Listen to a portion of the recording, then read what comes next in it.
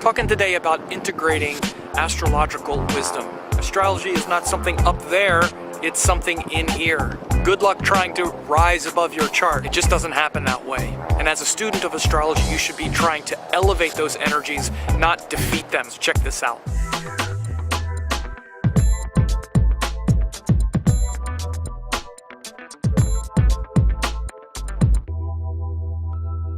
So, it's Sam, and I'm here about a mile from my house in beautiful La Jolla, California. You can see behind me, it's quite bright, the sun.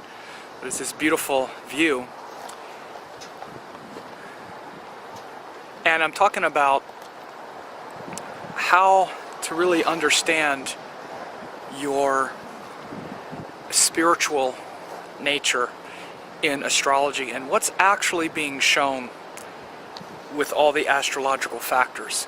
You know, I've been making some videos about karma and how to understand literally like the law of karma, which is certainly important, but that's more sort of clinical, as karma is it's a spiritual law of the universe. But what is often lacking with people's astrological understanding is how's it actually working? And you'll hear skeptics ask this of astrology a lot, Western and Vedic astrology. Well, what's really happening? Do the planets like emit rays, or is it gravity and all of this? And none of that's really the case. The thing that we fail to understand many times is that there is no separation between you, this separate individual walking around, and the cosmos, the universe.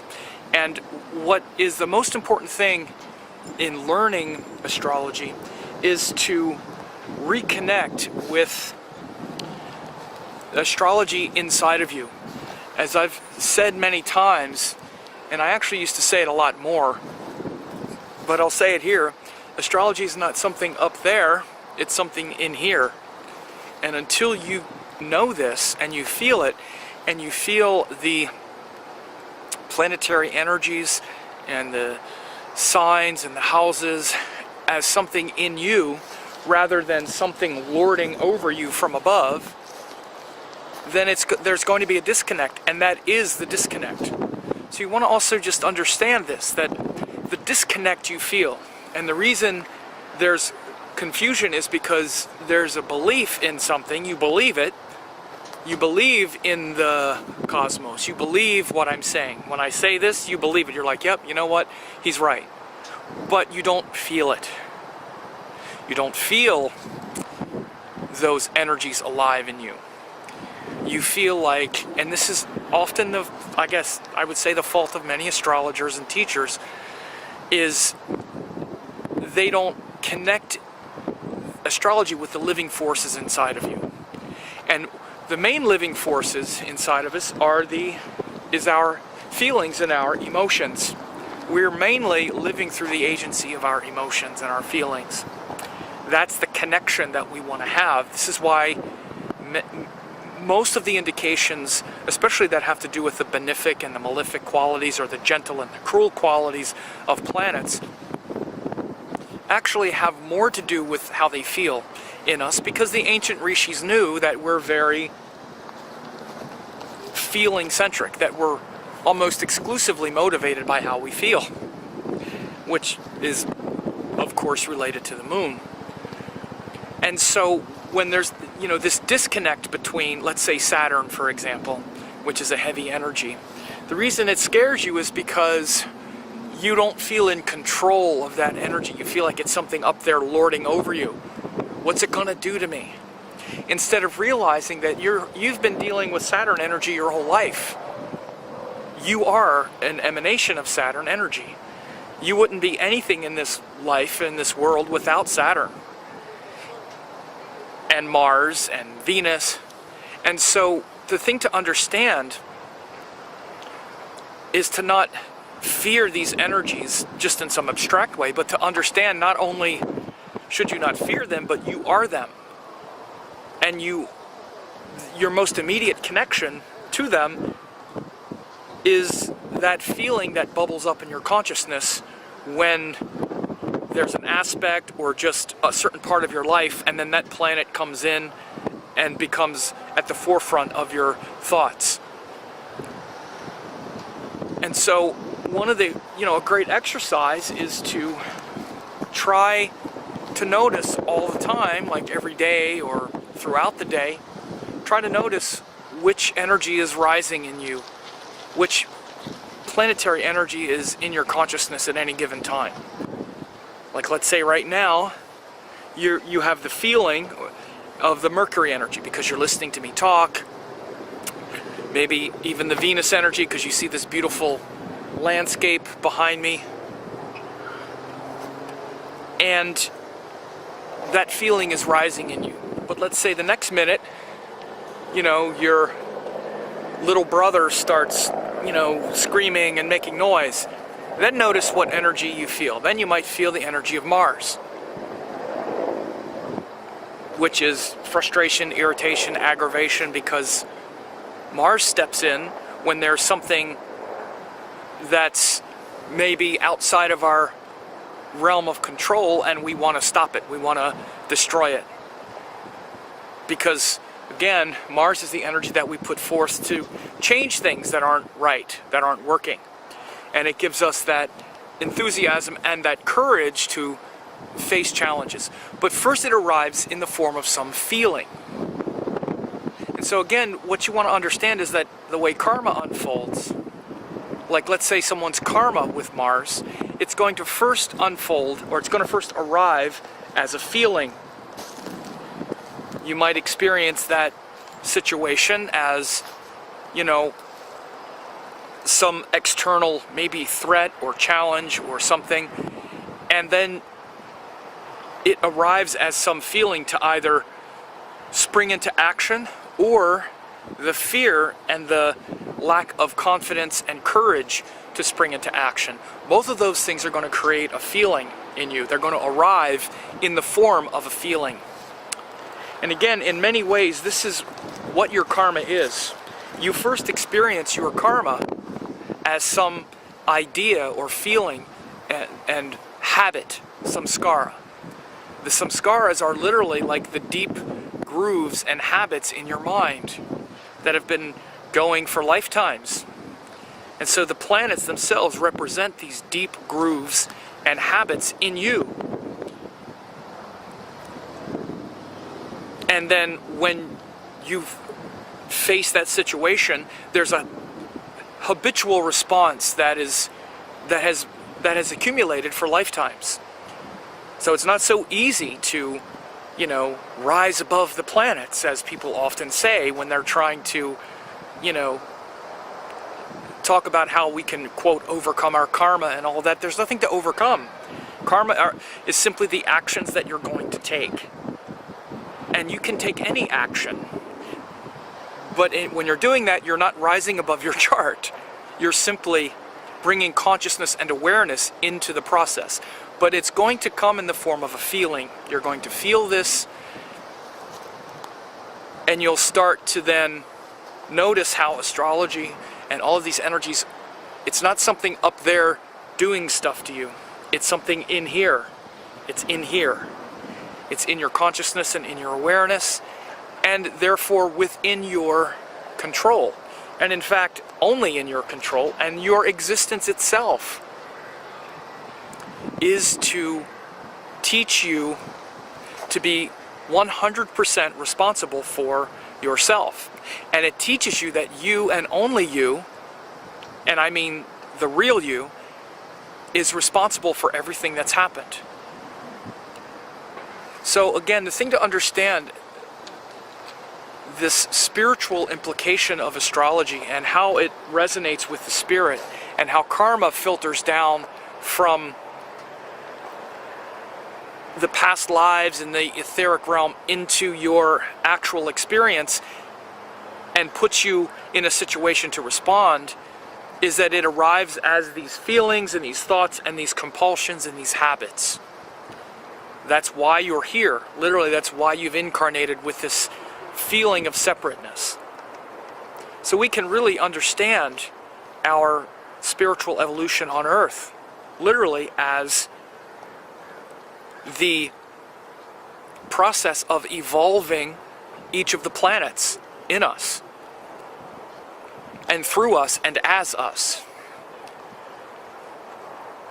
So you should deeply ponder this idea even before you start learning a bunch of other things and a lot of other methods and techniques. These are the things that are so overlooked, and this is why, like in my courses, particularly like in my certification course and whatnot, I always start with these ideas where we first need to get absolutely clear about who we really are first, that we're not just these separate organisms, that we're this fully illumined consciousness.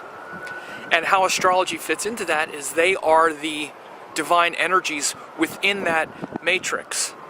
And so the highest culmination of everything you're trying to do through your mind-body structure is shown by the full expression of each one of these planets. The purest expression of Venus is what is the culmination of your experiences on Earth.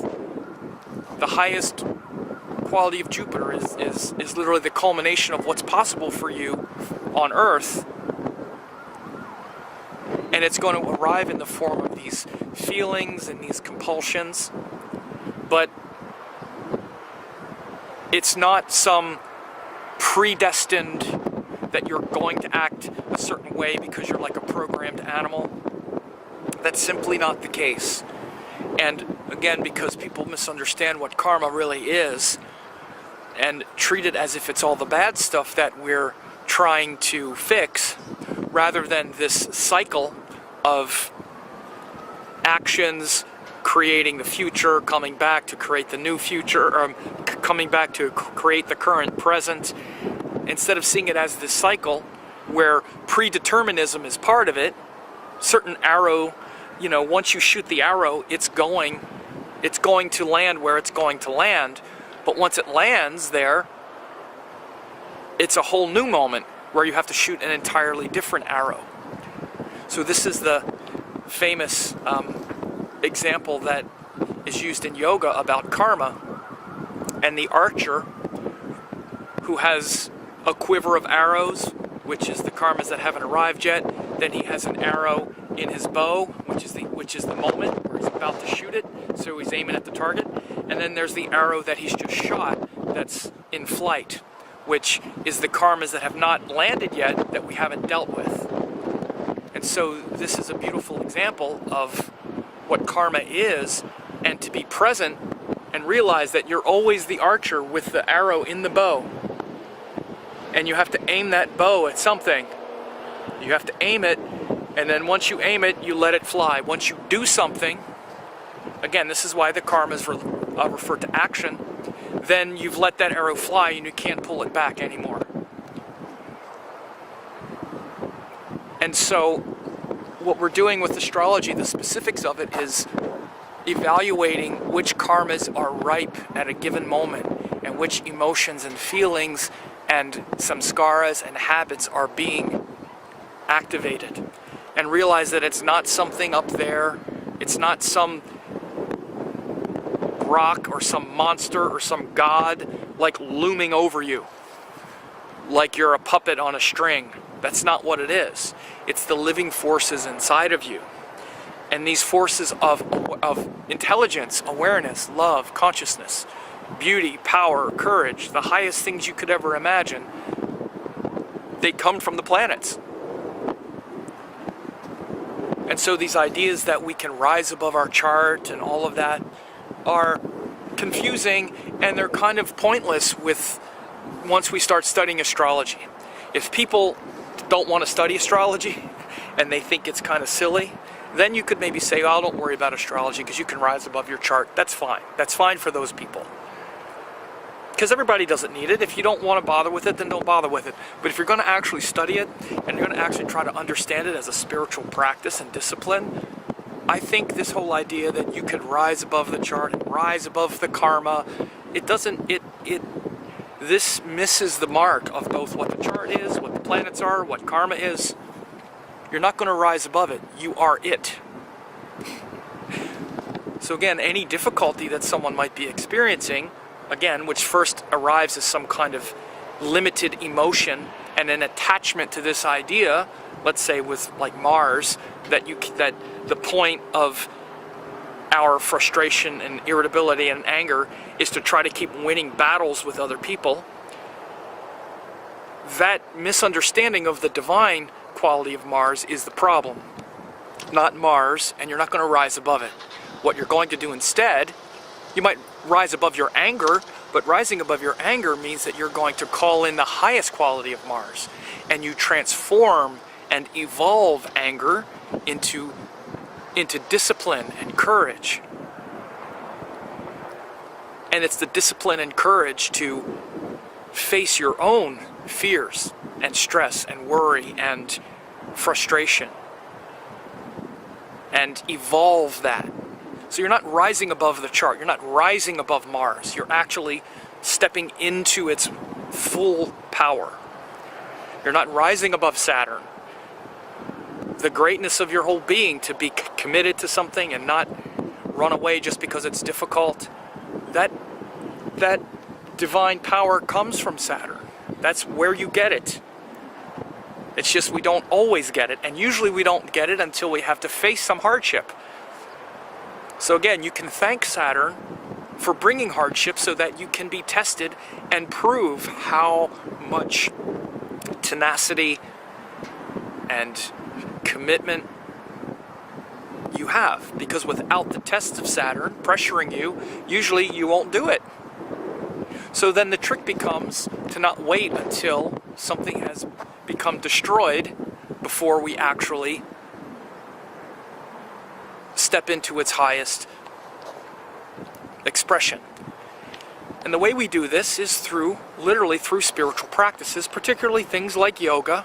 I say things like yoga, there's really not much else like yoga. Yoga is a whole bunch of practices. It's not just asanas, it's breathing exercises and meditation and using the physical body to unlock the chakras and open up the energy centers.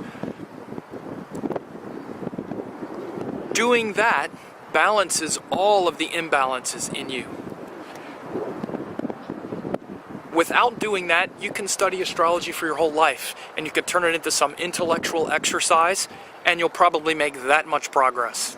Because then it's just this intellectual exercise, usually revolving around your ego, where you're trying to use astrology as one more way, again, to maybe defeat your bad karma or something else like that. But again, when you stop looking at it that way and you realize that it's all of the wisdom and benevolence in you, then you can relax. You learn how to fight the good fight.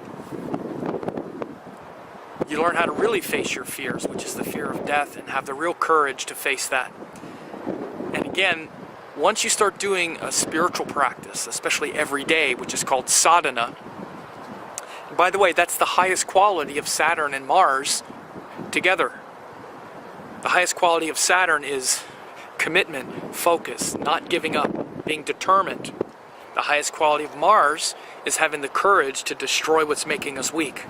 So you bring those two things together and you get spiritual sadhana, where Saturn focuses the energy of Mars, not just to destroy what's making us weak now and today in the form of some like argument or some battle that's not worth winning, but to focus that energy of Mars into something that is truly worthy, which is destroying the ignorance in our soul, fighting the good fight, the real fight, which is the fight with our own ignorance. So again, this is why Mars is exalted in Saturn's sign, for example. And again, so even these two difficult, quote, bad planets, malefics, they hold the key, in many ways, one of the main keys, for your spiritual salvation. So you're never going to like rise above it because you're having a problem with Saturn. It's your opportunity to evolve that and step into its glory, not try to rise above it and defeat it. So spiritual practices. That's how those things evolve. Through your meditation, yoga, breathing exercises and awareness. Isn't this a beautiful view? I know it's not in focus because I was focused on the short range, but this is my beautiful home right near my house. Isn't that amazing? La Jolla, California. So anyway, I hope you enjoyed this.